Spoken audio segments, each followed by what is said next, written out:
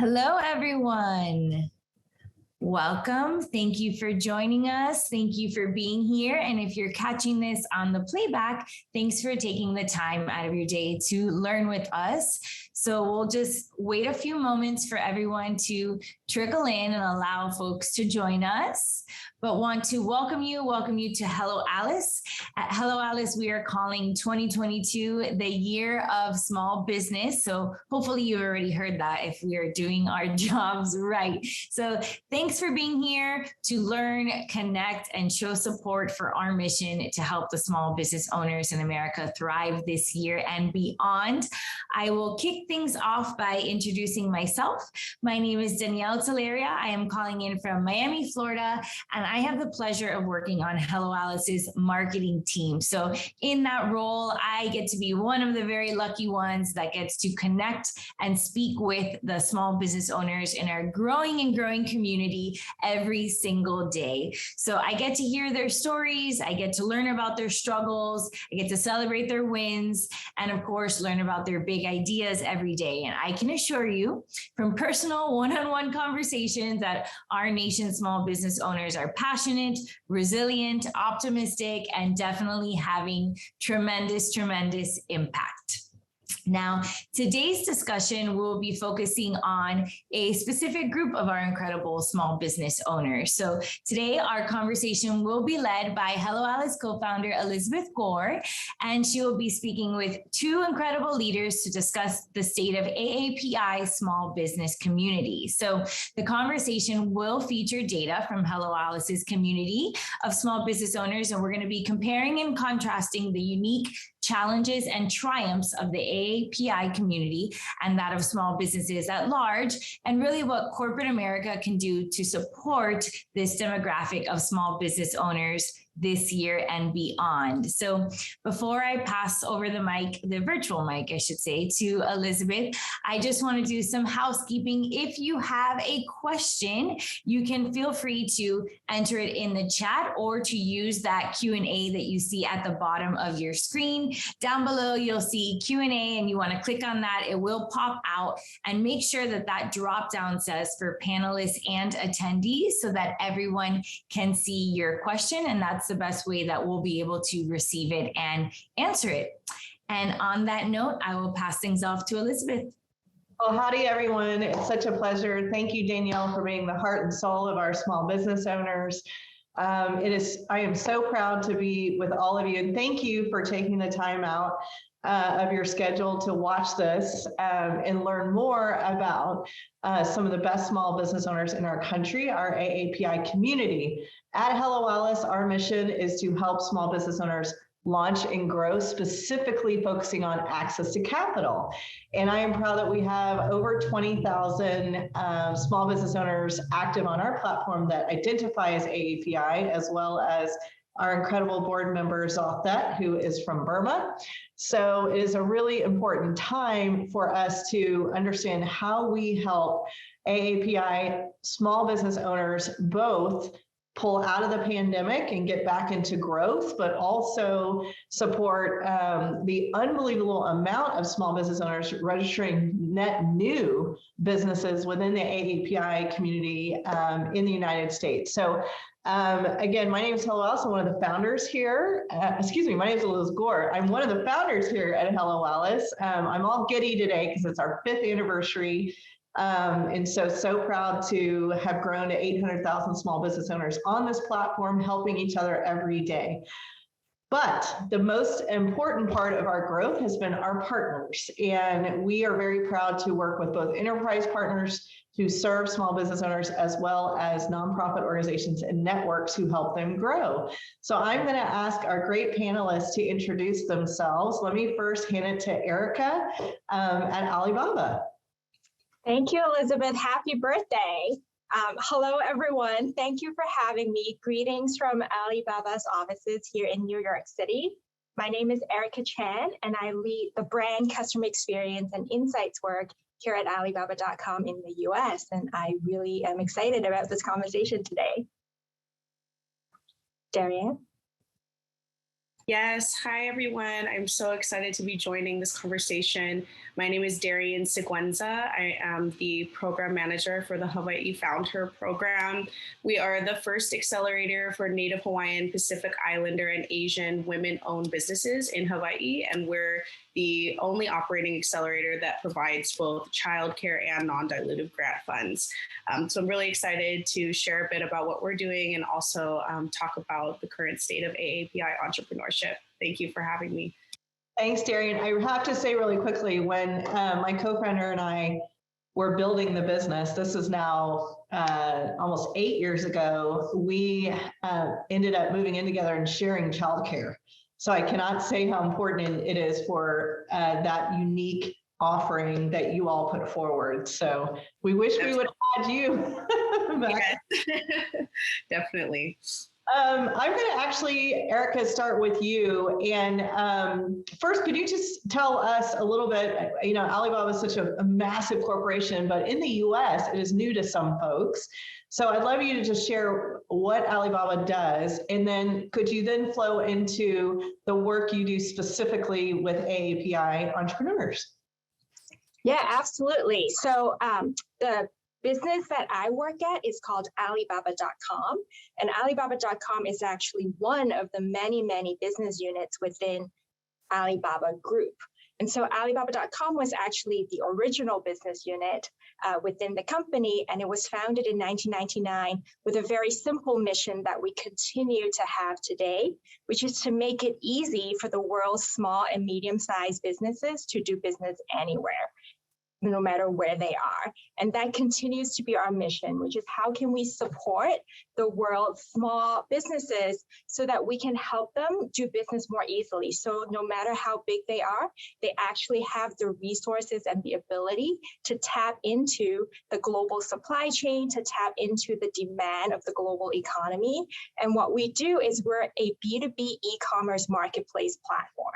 What that means is on our platform, right, you can find over 200,000 suppliers from all around the world who can make you or provide you with, whether it's component parts or original design that you need in order to operate your business. And so the businesses that come to our platform, and these are over 40 million global businesses every year, they come here because they want to access supply that they need in order to operate their own business. So think about if you are a hospitality business and you need supplies to run your restaurant and your hotel and what have you, right? Or you're a manufacturer that needs access to component parts and raw materials, or you are a retailer or you're your own brand that needs access to those manufacturing capabilities and what have you.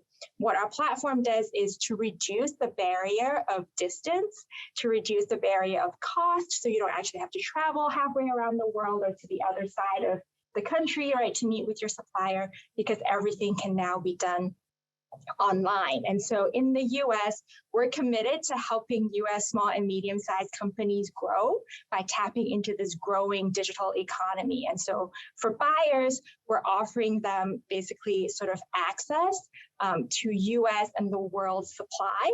And then for small and medium-sized manufacturers and distributors and wholesalers, we're essentially helping them reach audiences, these are business audiences, both near and far, so that they can sell more and sell more easily. And so we've had the pleasure of working with Hello Alice in the past year, because what we've realized is that to support small businesses and to help them grow, we don't just need to provide them with a platform with the tools and services, but also what's equally important are the things that I call the 3 C's. It's really content, community, and then also access to capital. And so we can talk a little bit more about it later, but with Hello Alice, and we really value the partnership, in the past year, we launched the Alibaba.com grants program, where we awarded 50 no strings attached grants at $10,000 each to small businesses. And some of it was a well-received program. We had over 12,000 small businesses apply, including AAPI business owners, and over 10% of the recipients ended up being self-identified AAPI businesses.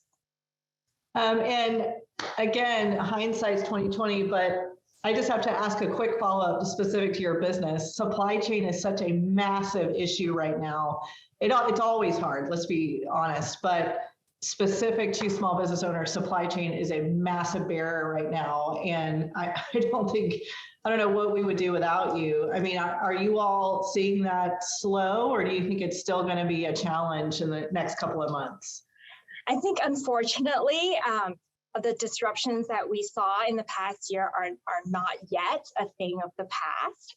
And frankly, like, those challenges are still here. But what we try our best to do is to help small businesses sort of diversify and find more options and see if there are ways that we can get the things to where they're needed.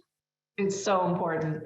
Darian, I've already said how much I think we all need y'all's model. Can you dig in deeper and talk about what you all offer, why you do it, and the impact you're having? Yes, absolutely. So Hawai'i FoundHer, we had our first pilot cohort last year. So we originally came with the idea, it was born in 2020 with our two co-founders, Isabella Hughes, who is the founder of Shaka Tea. It's a Hawaiian mamaki tea company. And then Gloria Lau, who is the former CEO of the YWCA. They were both great friends, mentor-mentee relationship. They've worked with each other for a long time. And in 2020, we're reflecting on the challenges that they had experienced as AAPI women and mothers in the workforce. Reflecting on the lack of support that was in traditional accelerators and just, the way that they were treated in business in general, and thinking about what are some resources that we can put together, especially during this time of COVID when so many AAPI businesses have been affected, and so many women are coming up with new ideas so that they can support their families and their communities as they may have lost their jobs during that time. So the idea originally came from their reflection and was brought to the Purple Maya Foundation, which is the nonprofit that we work out of.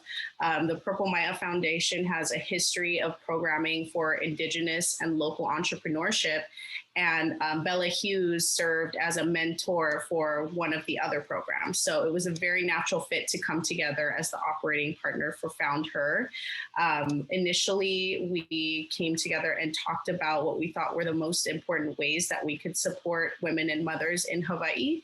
And so, as mentioned, we did offer a non-dilutive grant capital and a child or elder care stipend that the companies could use however they saw fit for the duration of the 6-month program. Really looking at supporting women in a holistic way, and also seeing that women entrepreneurs are over-mentored and underfunded and have all of these incredible ideas, but really need the capital. So true. So true. Yeah. Yes. So really need the capital to be able to take their incredible ideas and push them to the next level. So that was an absolute non-negotiable for us. We had to offer that.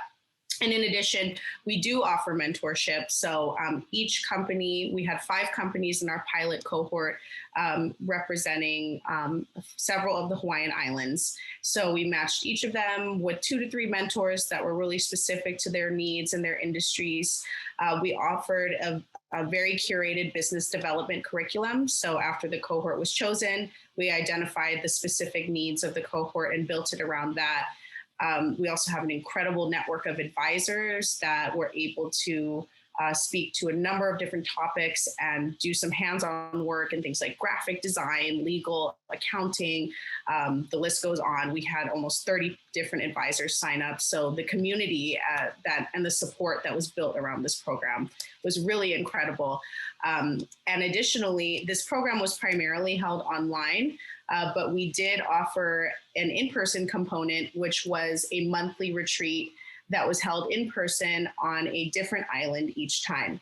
And so the purpose behind that, of course, was to build community within the cohort, but also to introduce the women to other women in leadership on each island, really help them build out their network with different people that could be helpful for them at different points of their business development across the Hawaiian Islands, and also to really build that cultural capital, since we are in Hawaii. We're really grounded in Hawaiian values, and something that has been really fun and beautiful for me.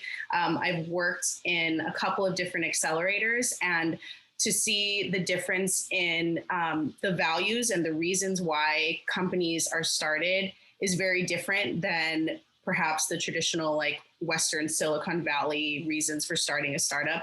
They're deeply rooted in community, deeply rooted in culture, and really wanting to make an impact on not just the community, but the environment and their families. And so being able to facilitate that in an in-person setting was something that was also really important to us.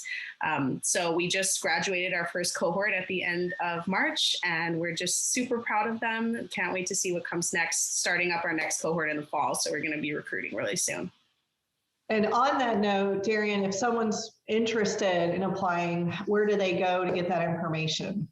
Yes, if you just go to foundher.org, I'm going to be opening up the application at the end of this month. So it'll be open for about a month and a half. We'll be evaluating then. And if anyone has questions, at the bottom of the homepage, there is an inquiry box that goes directly to me. So I'm happy to answer any questions about the application. Thank you. So jumping into data, we did a temp check, and this is 20,000 small business owners who replied, who identify as AAPI. The top 3 industries represented were food and beverage, consumer goods, retail, and e-commerce. Top challenges, hiring, which I know we talk about supply chain, Erica, and then raising capital. Interestingly, of the average small business owner writ large that we survey, the revenues are much higher within the AAPI community at almost 250,000 K a year in revenue was at least 18% of those surveyed, which is very high for a small business owner. So, to me, that means these are very successful, highly motivated, highly financial individuals. And, we've all been through hell and back with COVID-19. And then obviously the heightened racial tension in our country and the abuse that the AAPI community has received, particularly small business owners. This is something we need to pay attention to and ensure that not only are we helping strengthen the community, but that is helping to strengthen our economy, if you just look at these results surveyed. So Erica, I want to come back to you with the enterprise audience that are watching. What are things that you feel that enterprise can do, both whether it's for profit, which is great, we're all about profitability, or with their CSR efforts to lift up the AAPI community?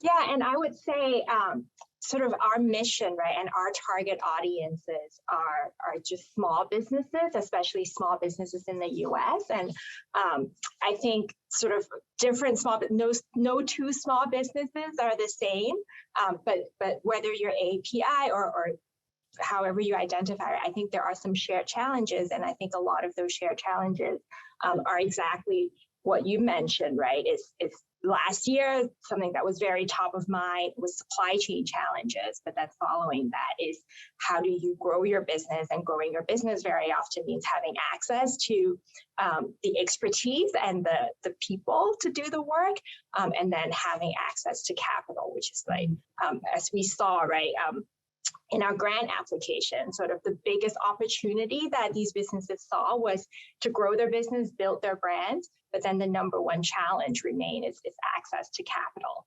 And so for us, as Alibaba.com, the way we approach it is really how do we make our core product and service, the e-commerce platform that we have, sort of more user-friendly, more valuable to the small businesses so that they can use this platform, as I mentioned, to tap into the global opportunity. How can they sort of diversify their supply chain? How can they operate their businesses better so they can reach more buyers and more customers in a more cost-effective way?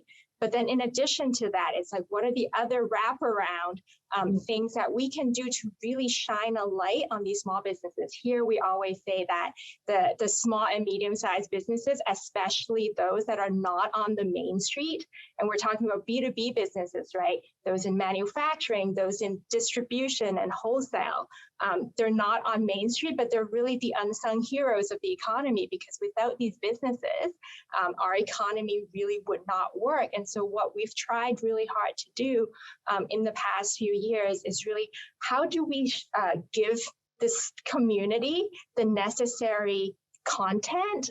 So how do we provide, whether it's expert tips or just training, right? We've had a series of curriculum called digitization sprint. So how do we help small businesses and those that have traditionally been less digitized? How do we help them tap into setting up a digital storefront, doing marketing in this digital age, right? Using technology to help them manage their workforce or do business and retain their customers.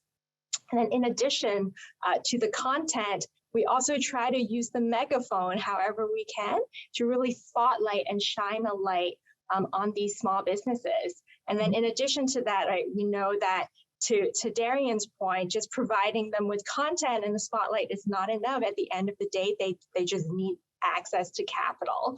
And so last year, we launched the grants program, which is, it's a small step, right, towards us sort of putting money where our mouths are, really, and to see how we can support small businesses who we think have great product ideas or great go-to-market strategies that can really sort of bring their business and also bring their communities to the next level.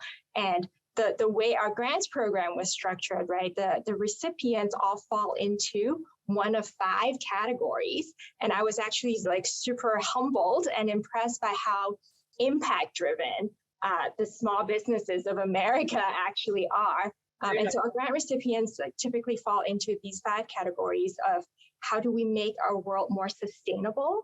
How do we make our world more equitable? How do we make our world more knowledgeable? How do we make our world healthier? And then also, how do we make our world more beautiful? And there's some overlaps, but then some of the more notable recipients, right? And I just wanted to shine a light on some of our AAPI recipients, for example. One of them I met, Ashley. Ashley is a woman entrepreneur from California, and she founded a company called Rooted Fair. And Rooted Fair is actually sort of, the mission is to create original, versatile sauces, so that for us home cooks, and I think throughout the pandemic, right, there's been a rise, a surge in home cooks, so that we can access sort of tasty sauces in the comfort of our own homes. But not only is she bringing sort of these cuisines from around the world into people's living rooms, she's also actively working with immigrant chefs from around the country to get their recipes basically commercialized. And as we know, immigrant restaurateurs and the immigrant sort of hospitality industry was very hard hit during the pandemic. And so Ashley, through her business, right, she's not just sort of bringing tastiness into people's homes, she's also uplifting the community of which she is a part. And then another founder, also based in California, Joseph, he created a card game called Parents Are Humans. And his idea was like and again, it's for a lot of immigrant families especially, there's been a sort of a disconnect or a lack of communication across generations because of different life experiences, because of language barriers. And he felt like it's his mission to connect immigrant families. And so he invented this card game that essentially sort of fosters conversations and connections. And it's in different languages. And he sort of saw the need, right, that if you think about card games that we play, very few of them are actually bilingual or multilingual. And so how do we sort of actually create a game that fosters that intergenerational communications, that connection, so that, again, we can keep communities tighter and more together. That we were so inspired by his story, and we are excited to be helping his business go to the next level. Oh, Erica, and it sounds like you're eat up with small business owners like I am, by the way. And you echoed two things that Darian said, which is over-mentored, underfunded. So y'all are putting forth capital, which is critical. Also, you said a lot of these companies are purpose-driven, which Darian said, it sounds like the companies within her organization over-index in that area. Darian, if you, which you are, sitting in front of a virtual audience of enterprise, what have you seen that your founders need? We talked through the very obvious of capital, but what are partnerships you've seen that have been quite successful, or areas of need that you've seen from your founders that enterprise companies can learn from? Yeah, I would definitely say a lot of very similar things to Erica, but I'll just give you a few examples and also shine the light on a couple of our incredible companies and how those practices were actually applied. So we had 5 companies come in at an early stage. They were all within a proof of concept. So they all had some revenue generated. They already had a product or a service in market, but they were at a point where they really needed the guidance and the funding to be able to reach a larger scale. And so I think a really great example of that is one of our companies, Waimea Herb Company. So they make really beautiful, delicious mamaki tea blends. And what their challenge was they were creating these blends, but they were doing everything by hand. So if you imagine tea bags, right, the little pouches, they're all lined up, and her and her family are blending these blends, putting them into these tea bags all by hand. And this is taking hours and hours. It's taking an entire day. It's really preventing them from scaling. And also figuring out how they can expand their supply chain so that they'd be able to meet the demand of these local retailers or larger retailers that have tried the product, but they don't have the capacity to be able to get their product out. So through our resources, mentorship, even though I did say women are over-mentored, but there still is a place for that, absolutely. So we gave her access to mentors that were able to guide her on some decisions for her supply chain, and also to figure out how she could change her manufacturing process so she'd be able to produce at a higher rate. And so through those learnings and the funding that we were able to give them, they purchased a tea processing machine. And so what that did is it took out an entire day's worth of work that they were putting into actually filling these bags, and freed up all of this time for her to be able to focus on the different parts of the business that were being, possibly left behind because they had to make the deadlines and demand at the end of the day. And so she was able to significantly increase the output and take on a large number of new accounts for their business. So I think that that's just like one example of, we need to be taking the time to really mentor AAPI entrepreneurs, but in a way that is truly authentic and really caring for whatever challenges or obstacles that they're going through, and thinking about partnering them with folks that are a direct industry fit or have, maybe similar origin, that they're able to really speak to the challenges that they're going through. And then from there, as Erica said, injecting capital, I cannot push it enough because all of our companies were able to achieve really incredible growth, and it would not really have been able to happen without the capital. So I would just say that is something that's really important.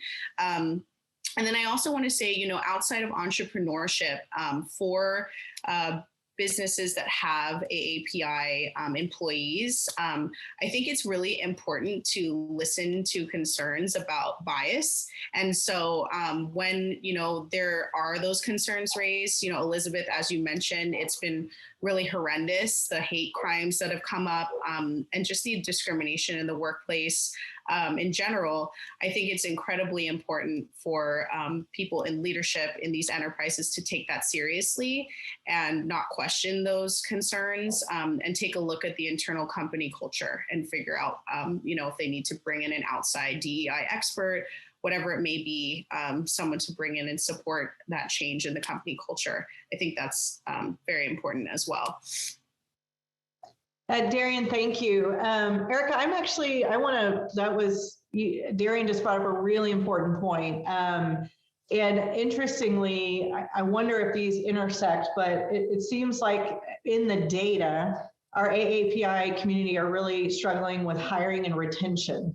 And what we've seen that's not in the data, because there's always stories behind the data, is there's a lot of fatigue, and there's a lot around bias. And I'm curious, Erica, what you've personally seen, as well as your advice. I love that, Darian, that you're also telling other companies, listen to your employees, listen to your founders. They're going through a lot right now. Erica, what is your personal and professional advice around not the data, but the issues facing our AAPI founders? I don't know if I have any advice to share. I think as an enterprise, right? I think to Darian's point, just making sure your employees are okay. So making sure we're being human and we're being sort of empathetic and thoughtful. I think just from a small business perspective, right, I think small business owners and entrepreneurs, they already have a lot to worry about. And I do think sort of on top of all of that, the past couple of years with the rise in anti-Asian hate crimes and xenophobia and the rest of it, right? I think they have been tough on AAPI small business owners and entrepreneurs. And so just to the extent, again, that we can not just pay lip service, but to offer actual support and acknowledge that the times are tough and let's just do our part to see whatever we can to support them. Absolutely. Erica, I want to go back to partnerships again. And you were very gracious to talk about Hello Alice, but I'm curious as well as other partnerships that you all have led overall for entrepreneurship with supply chain. And that could be B2B with or with other media companies, thought leadership. I'm a huge fervent believer in partnerships and love to hear other examples. And Darian, I'm going to follow up with you on the same. Yeah, to us, right, it literally takes a village. And in our words, it takes an ecosystem to support sort of entrepreneurship and small businesses, not just in the US, but also globally. And so we also are a firm believer in partnerships and collaborations. And I think partnerships can take on multiple forms, right? So with Hello Alice, we launched the grants program, which has a content and educational component to it that we call digitization sprint. We've also done content partnerships and sort of marketing and educational partnerships with other like-minded organizations. And these could be smaller companies, it could be bigger companies, but basically how can we share the knowledge, whether it's mentorship or whether these are expert tips or just tricks of the trades that we can sort of share with small businesses to help them operate better. Because what we've seen, for example, is that in the past couple of years and sort of over time, the cost of starting a small business has been declining. And we also saw, right, what the pandemic has done is it has actually caused a surge in entrepreneurship. I read the statistic that there were 600,000, I believe, more small businesses that were formed in 2020 compared to 2019. But the question is okay, now that these businesses are formed, how do we help them to go to the next level? How do we help them to continue to operate and thrive and sustain? And that comes with a lot of knowledge and expertise that a lot of small business owners don't necessarily have, right? You might be a great product person, you might have a great idea, but how do you do your finances? How do you protect your IP? And how do you do marketing? And so we are trying to build a coalition of organizations that can work together to provide these types of knowledge and sort of expertise to small businesses. And we're also approaching partnerships in terms of growing the tool set and the service set that small businesses need, right? So on Alibaba.com, for example, what we're constantly doing is to listen to our small business customers to really understand, like, what are the challenges? How can we actually help them operate better, operate more efficiently? Whether it's in sourcing, whether it's in selling, whether it's in supply chain management. And then how do we figure out, okay, given the need, who do we need to partner with in order to best meet those needs? Because we know, right, that we can't possibly do everything ourselves, and there are existing tremendous services and tools and technologies out there. And so we love partnering with other tech companies, with other organizations to see how together, let's not reinvent the wheel, but let's just see how together we can best serve these small business needs. Erica, I was speaking yesterday to Ben Walter, who is the head of small business banking at Chase.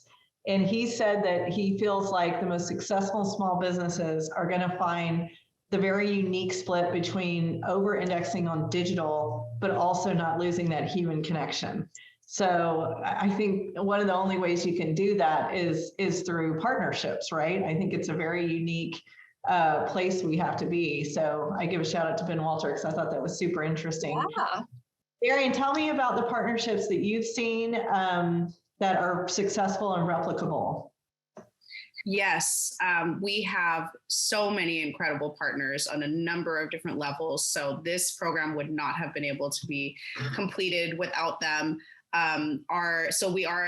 Purple Maya Foundation is a nonprofit. So we had a number of individuals and organizations that really believed in the vision that we had for this pilot of FoundHer, the Frost Family Foundation, the HTDC, Kamehameha Schools, Kirk Landry Charitable Fund, and Allison Rose.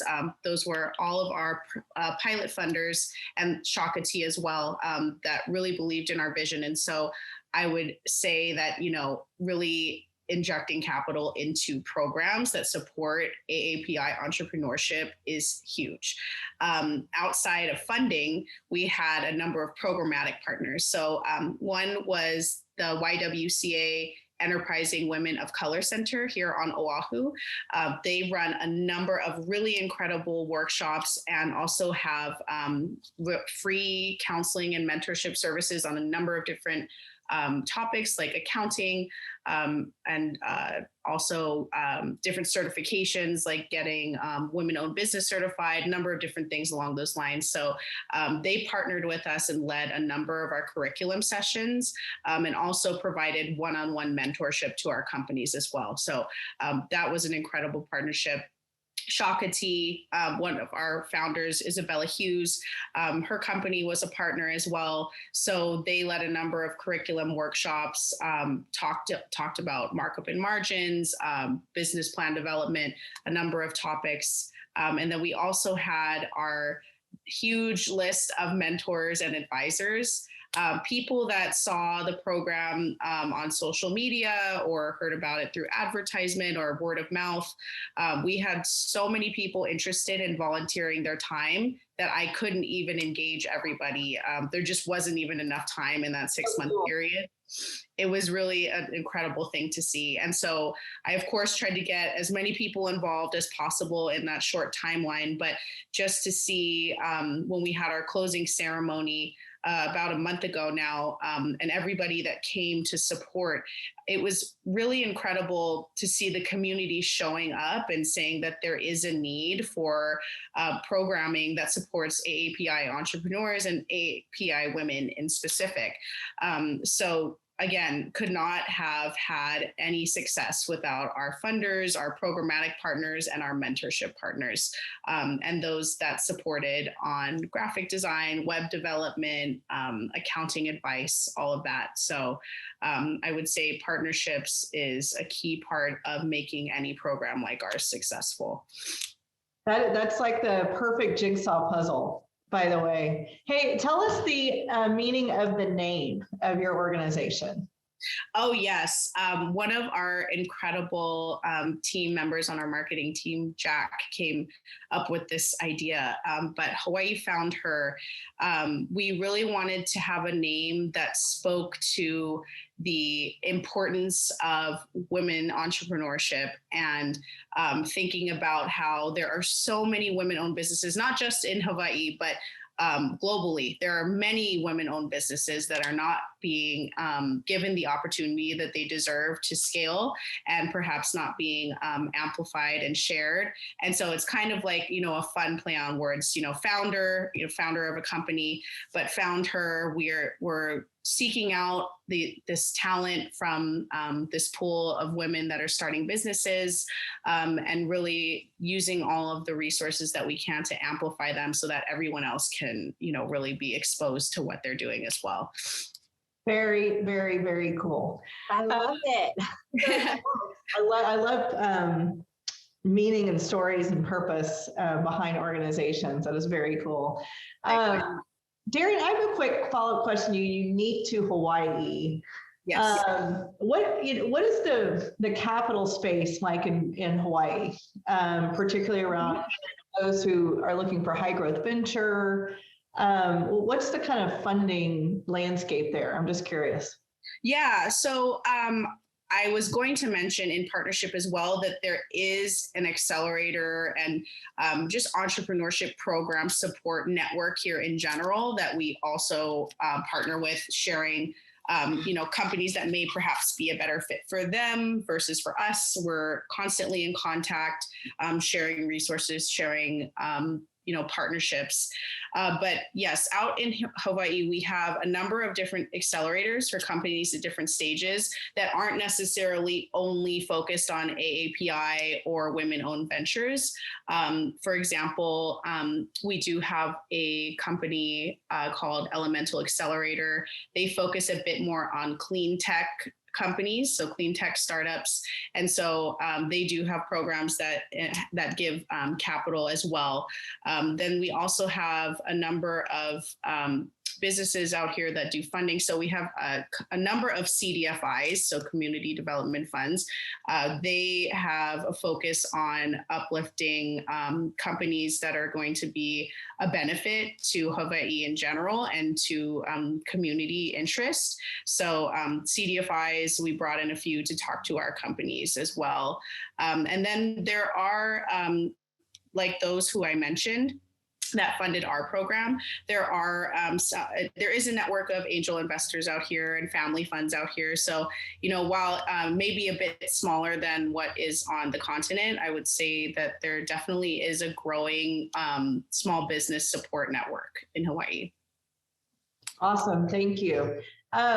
So something I always brag about with female entrepreneurs, and it was so cool to see it, and when you look at ethnicity and AAPI, entrepreneurs is making capital go further. Super interesting. So I'm more adept in gender differences. So when women get equal access to capital, they tend to outperform their male counterparts and make their dollars stretch further. When we look at the same with ethnicity, AAPI small business owners and entrepreneurs tend to outperform their counterparts also with equal access to capital. I think that's really interesting. So as we look at your best bet for your investment, whether you're looking at venture credit, bank loans, or so on, I think this is a really important stat to lift up, because we can all talk about social good and impact and the importance of our values driven, but we can also talk about our best economic bet. So I'm curious, Erica and Darian, have you seen that statistic before? Did we talk about it enough? Financial performance for any business owner is critical, but it's something I think is a really interesting statistic that I'd like more venture capitalists to see, more banks to see, and so on. Erica? I actually have never come across that, and I find that fascinating. And I feel like that is part of the issue, right? Is that if you don't see it, if it's not made sort of part of the conversation, then people don't know about it. And so I feel like, how do we grow awareness and sort of build more visibility, not just for AAPI entrepreneurs, but also like the actual impact that they're making. It's important. Agreed. Darian, comments and thoughts? You probably see this every day at the organization you work in. Yeah, I have heard that statistic, but like Erica mentioned, not because it's being publicized, but because I was digging for it. So, whenever we've had to do research that is supporting the efforts that we're making, that's the only time that I come across statistics like that. So, I think that I don't know if it's intentional. I'm not sure what the reason is why these stats are not being amplified, but I think we all have the responsibility to really share and uplift that, because the more that we communicate like these really positive stats and stories, the more likely that people are going to be not only just supporting AAPI businesses, but shifting perhaps any negative stigma or bias that they may have toward them. Absolutely. And I have to shout out to a friend and fellow board member on a different organization, Lisa Ling. If y'all don't know who she is, she's an amazing journalist, mostly on CNN, but I think she's done an incredible job over the last 24 months leading positive focused data in this area. So if you want to go down an amazing rabbit hole of learning, just go to any of Lisa's channels and you'll learn a tremendous amount. But I do think through our entire community on Hello Alice, and as we call the new majority, women, people of color, U.S. veterans, of small business owners, this types of data we need to get in the hands of capitalists, right? We need to tell these stories. This is your best economic investment. And there's a balance, again, of social good, but also this is your best business bet. And so I really think that lifting those areas up are critical. I want to look forward, and Darian, I'll start with you on what does the future look like for AAPI entrepreneurs? Well, I would hope that, like you're saying, by sharing this data and sharing more platforms like this, where we're able to share and amplify about the work that is already being done and the additional support that is needed to take our work to the next level, and partnerships that we might need to be able to expand our reach. I would hope that through all of that, we'll continue to have a more supportive environment for AAPI businesses. And I think that what Erica and I both talked about was having these businesses that are really focused on environmental, community, social benefit. And when we have support for businesses like that, it's ultimately not just going to be good for the bottom line for, making money for whoever's investing or for the individuals starting the companies themselves, but having more companies with interests like that is ultimately, that's what we need. We don't need more extractive companies. We don't need more companies that are going to be drawing resources from the earth and, having environments that promote racism and discrimination. We need companies that are going to be pushing forward and pushing past these really archaic ideals and ways of acting. So, that's the vision that I have. Who knows what the future will hold, but I've tried to be optimistic. So I think that that's what the future could look like. I'm going to put all that on a billboard. I like it. I'll take it. And by the way, I love calling those triple bottom line businesses people, planet, profit. Yes. So exactly. I love that. Erica, what is your crystal ball? I'd love to hear it. No, I don't have a crystal ball, but I do think like visibility and representation is important. And it's like, how do we surface all of that good performance and the amazing sort of stats and metrics, right? It's both for funding purposes, it's for audience development purposes, but it's also for like the children and the budding entrepreneurs, right? It's important for them to see the role models out there, that there are people just like them, like doing amazing work and being acknowledged for it, and getting recognition for it. And so to me, it's all like, how, if you see something, you should say something, and let's all like elevate entrepreneurs that are women, that are people of color. Like if you see something that you think is doing someone or a business that's doing amazing work, like let's shine a light on it and spread the love. Absolutely. And as Darian said, write those checks, please. You'll get returned for it. We know.